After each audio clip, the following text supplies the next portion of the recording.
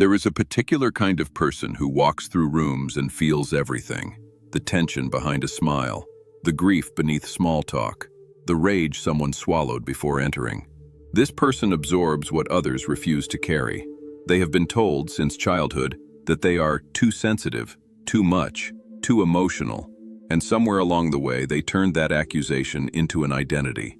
They called themselves an empath. And the world, eager for simple categories, agreed. But here is what nobody said to them. Here is the sentence that could unravel years of carefully constructed self-image.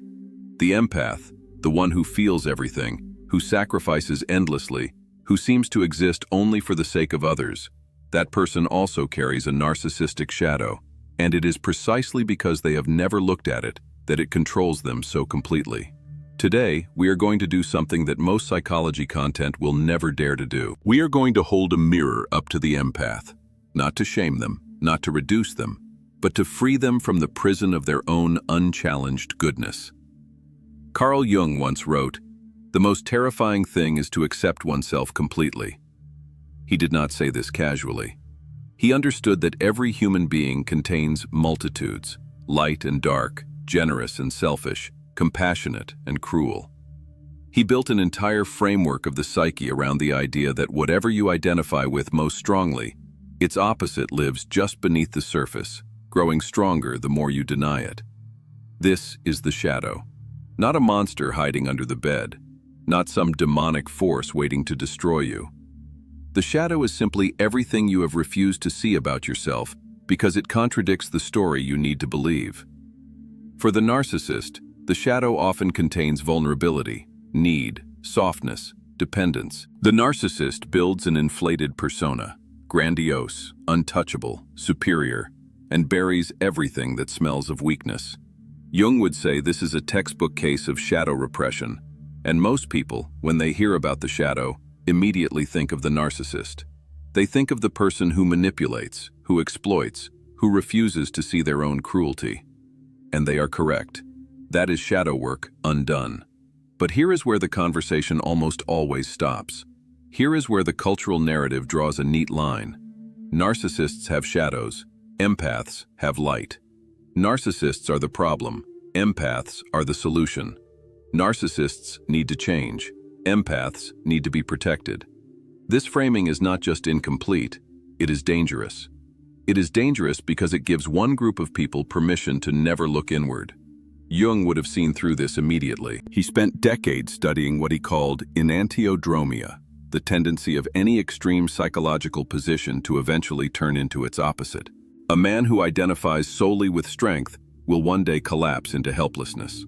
A woman who identifies solely with nurturing will one day erupt in rage she cannot explain.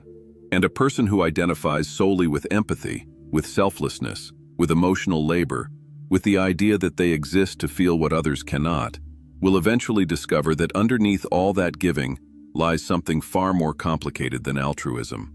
There is a hunger there, a hunger to be needed, a hunger to be seen as good, a hunger that, if you trace it back far enough, looks disturbingly similar to the very narcissism they claim to oppose.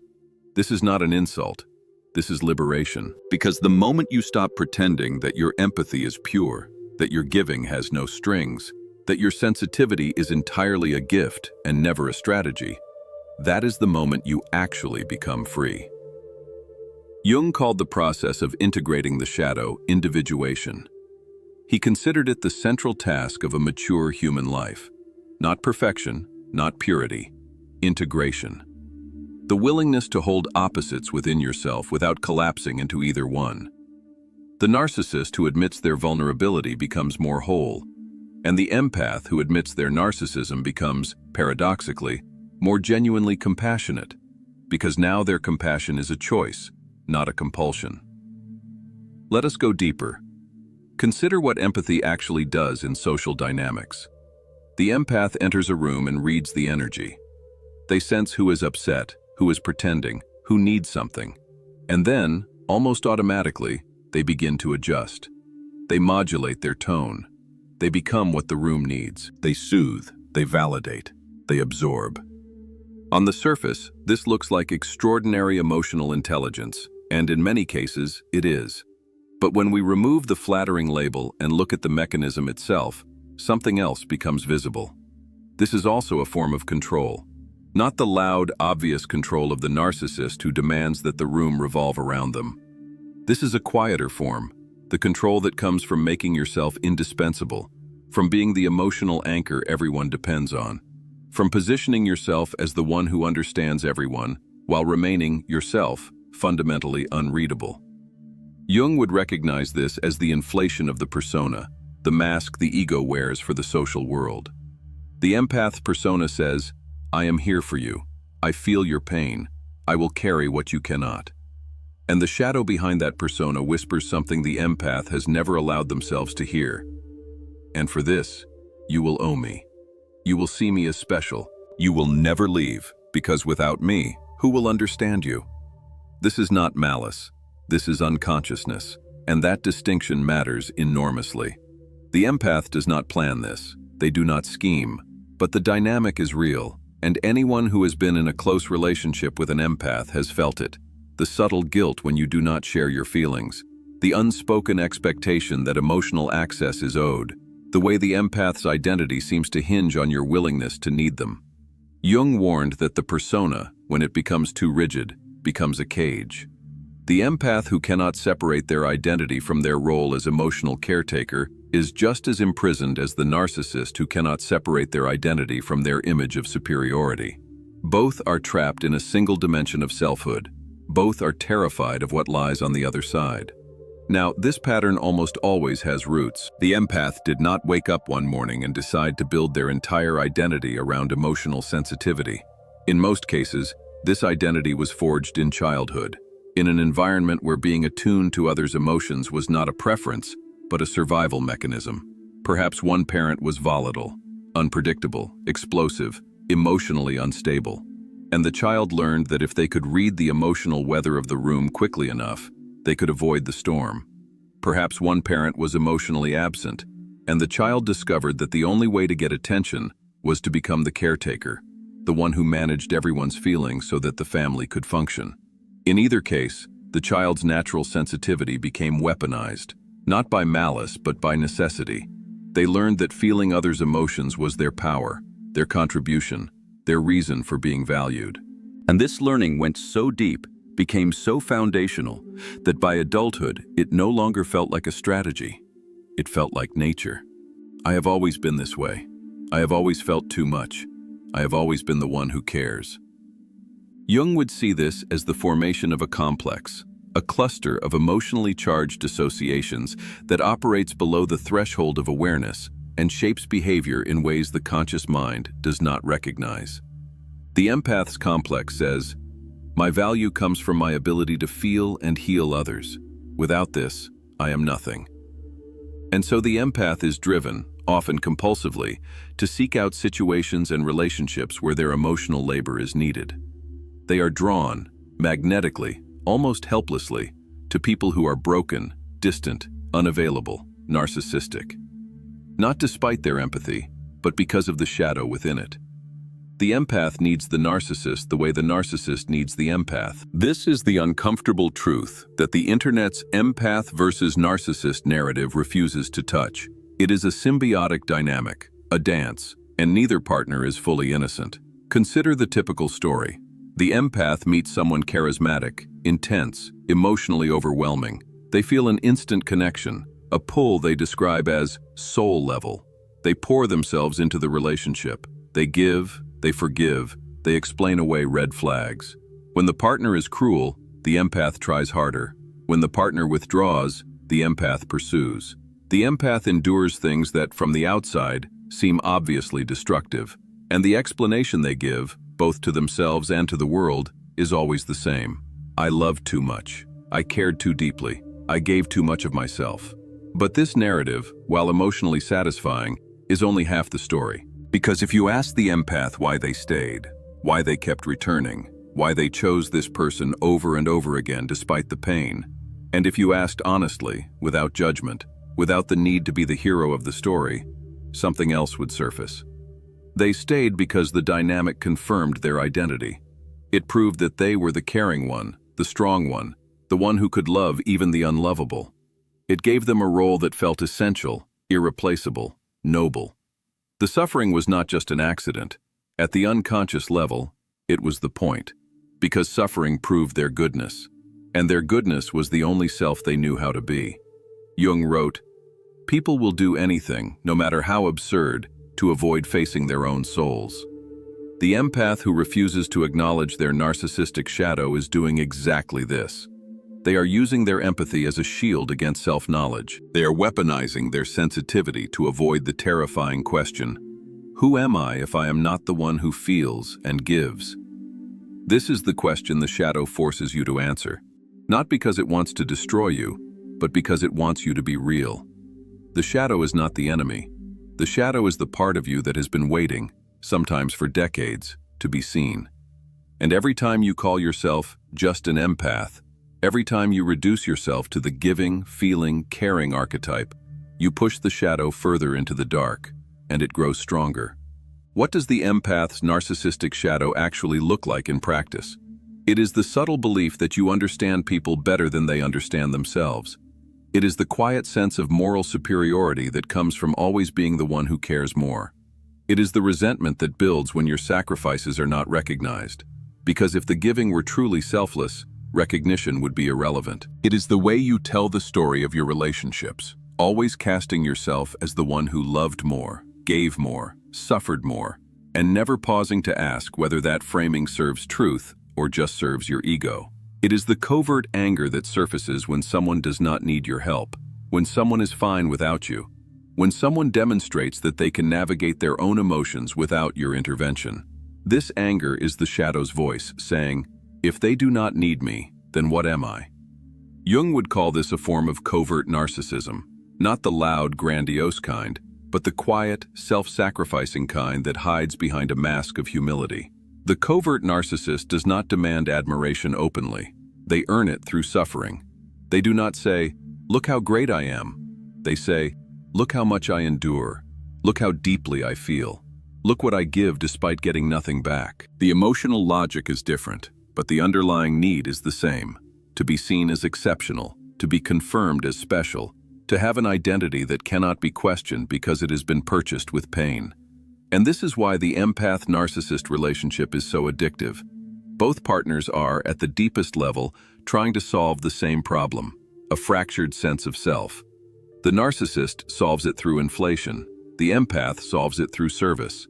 But neither has done the real work, which is to sit with the emptiness and ask, what if I am not what I have been performing? There is a passage in Jung's Aeon where he discusses the problem of identifying with the archetype. He warns that when a person unconsciously identifies with an archetypal role, the healer, the mother, the savior, they become possessed by it.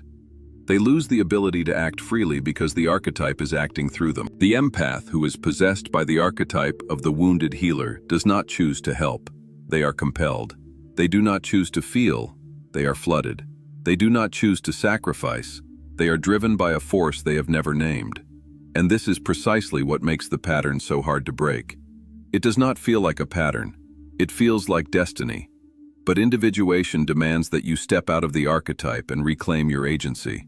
It demands that you recognize the healer within you as one part of your psyche, not the whole. It demands that you give yourself permission to be selfish sometimes, genuinely, unapologetically selfish, without interpreting that selfishness as a betrayal of who you are. Because who you are is not just the one who gives. You are also the one who wants. You are also the one who rages. You are also the one who, in the deepest chambers of the psyche, sometimes does not care about anyone else at all. And that is not a flaw. That is completeness. That is what Jung meant by the self, the totality of the psyche, including everything the ego would prefer to deny. The practical implications of this are enormous.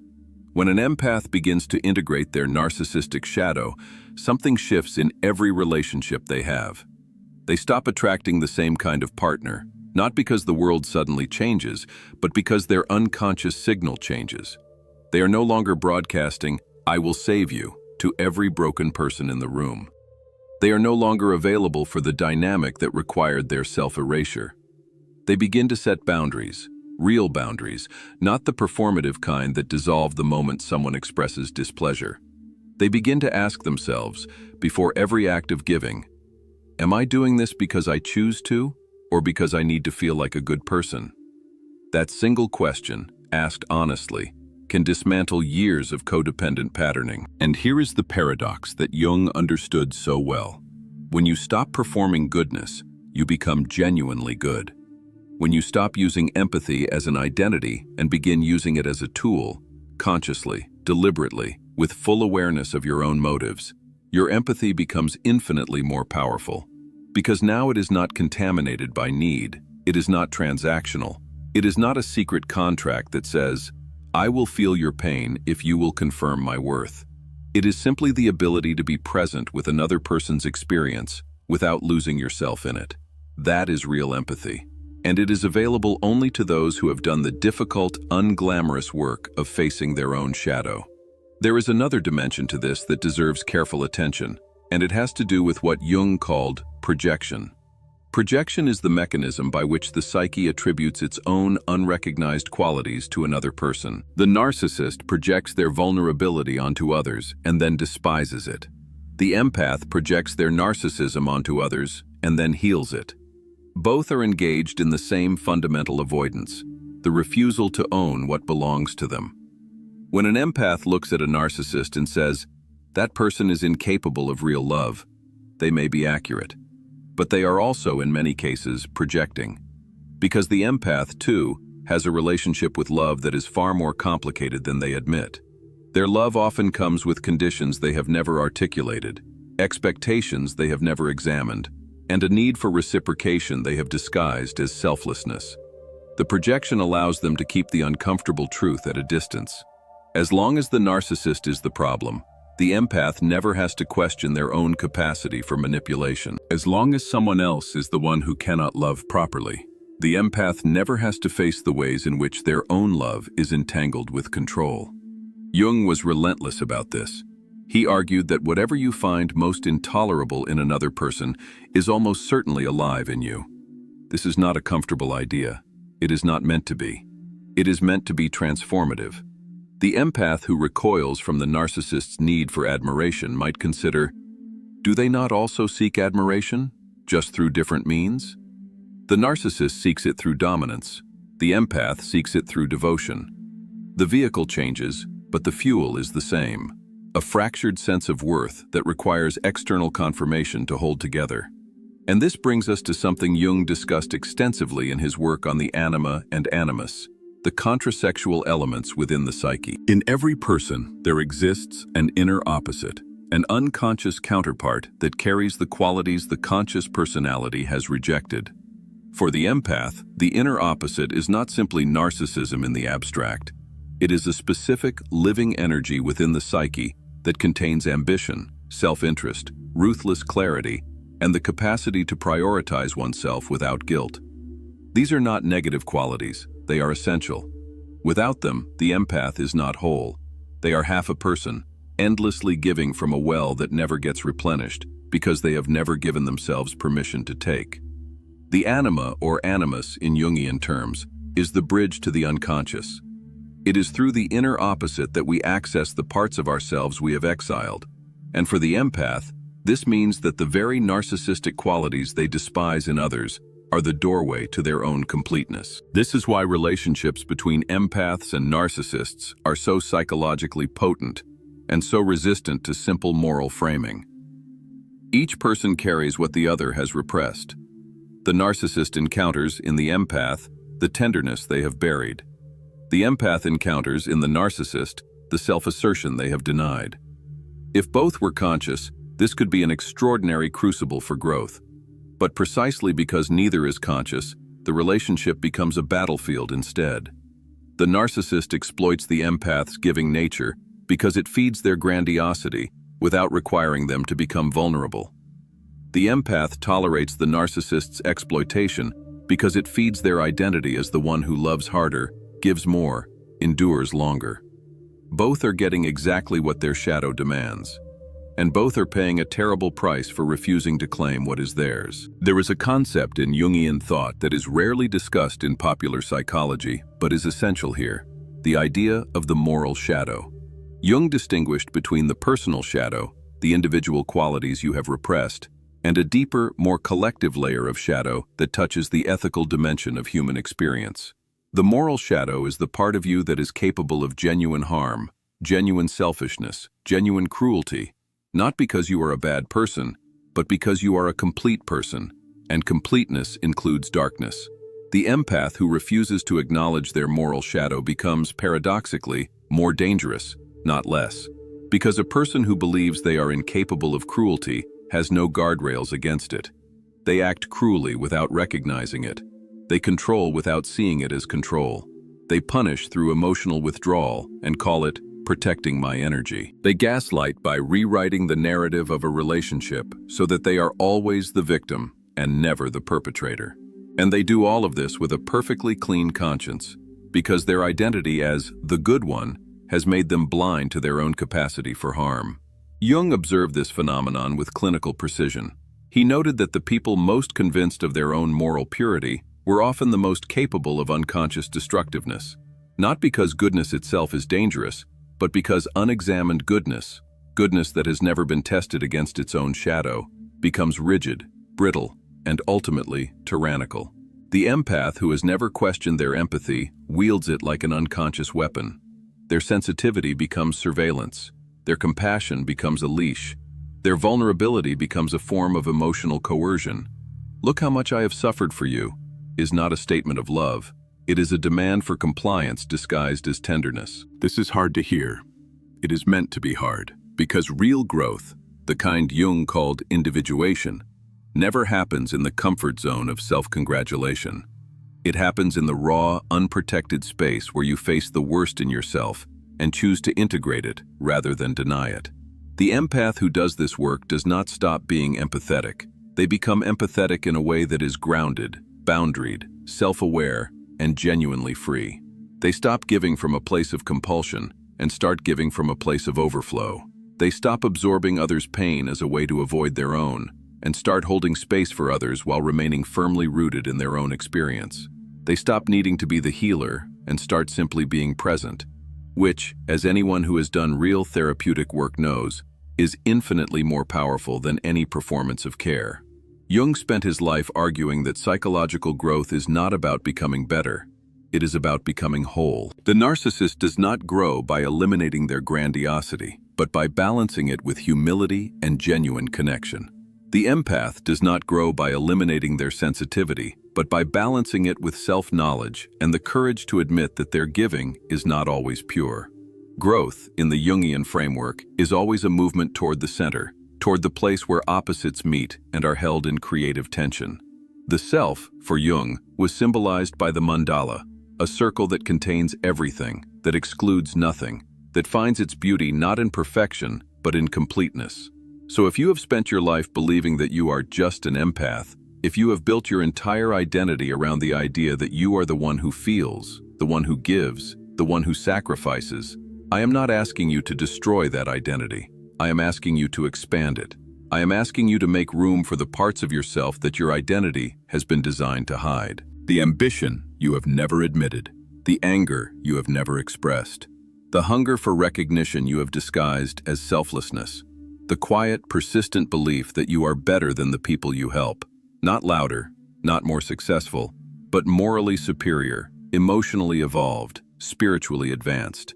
That belief is your shadow, and it has been running your life from the basement of your psyche, shaping your choices, selecting your partners, dictating your suffering, all without your knowledge or consent. Jung said, "Until you make the unconscious conscious, it will direct your life and you will call it fate." The empath who does not examine their shadow will continue to call their repetitive patterns bad luck. They will continue to say, "I always attract narcissists," without ever asking why. They will continue to frame their suffering as evidence of their goodness rather than as a symptom of their imbalance. And they will never know the freedom that comes from being a whole person, flawed, complicated, contradictory, and real. The work is not comfortable. It never is. Shadow work asks you to sit with everything you have spent your life running from. It asks you to look at the part of yourself that manipulates through kindness, that controls through empathy, that punishes through withdrawal. It asks you to admit that you are not the character you have been playing. But on the other side of that admission is something extraordinary. A self that does not need to be validated by suffering. A self that can give without keeping score. A self that can love without losing itself. A self that is genuinely, not performatively, compassionate. That self has always been there, buried under layers of identity, performance, and fear. It is not the empath. It is not the narcissist. It is you. The whole, undivided, fully human you. And that, more than any label or archetype, is worth becoming.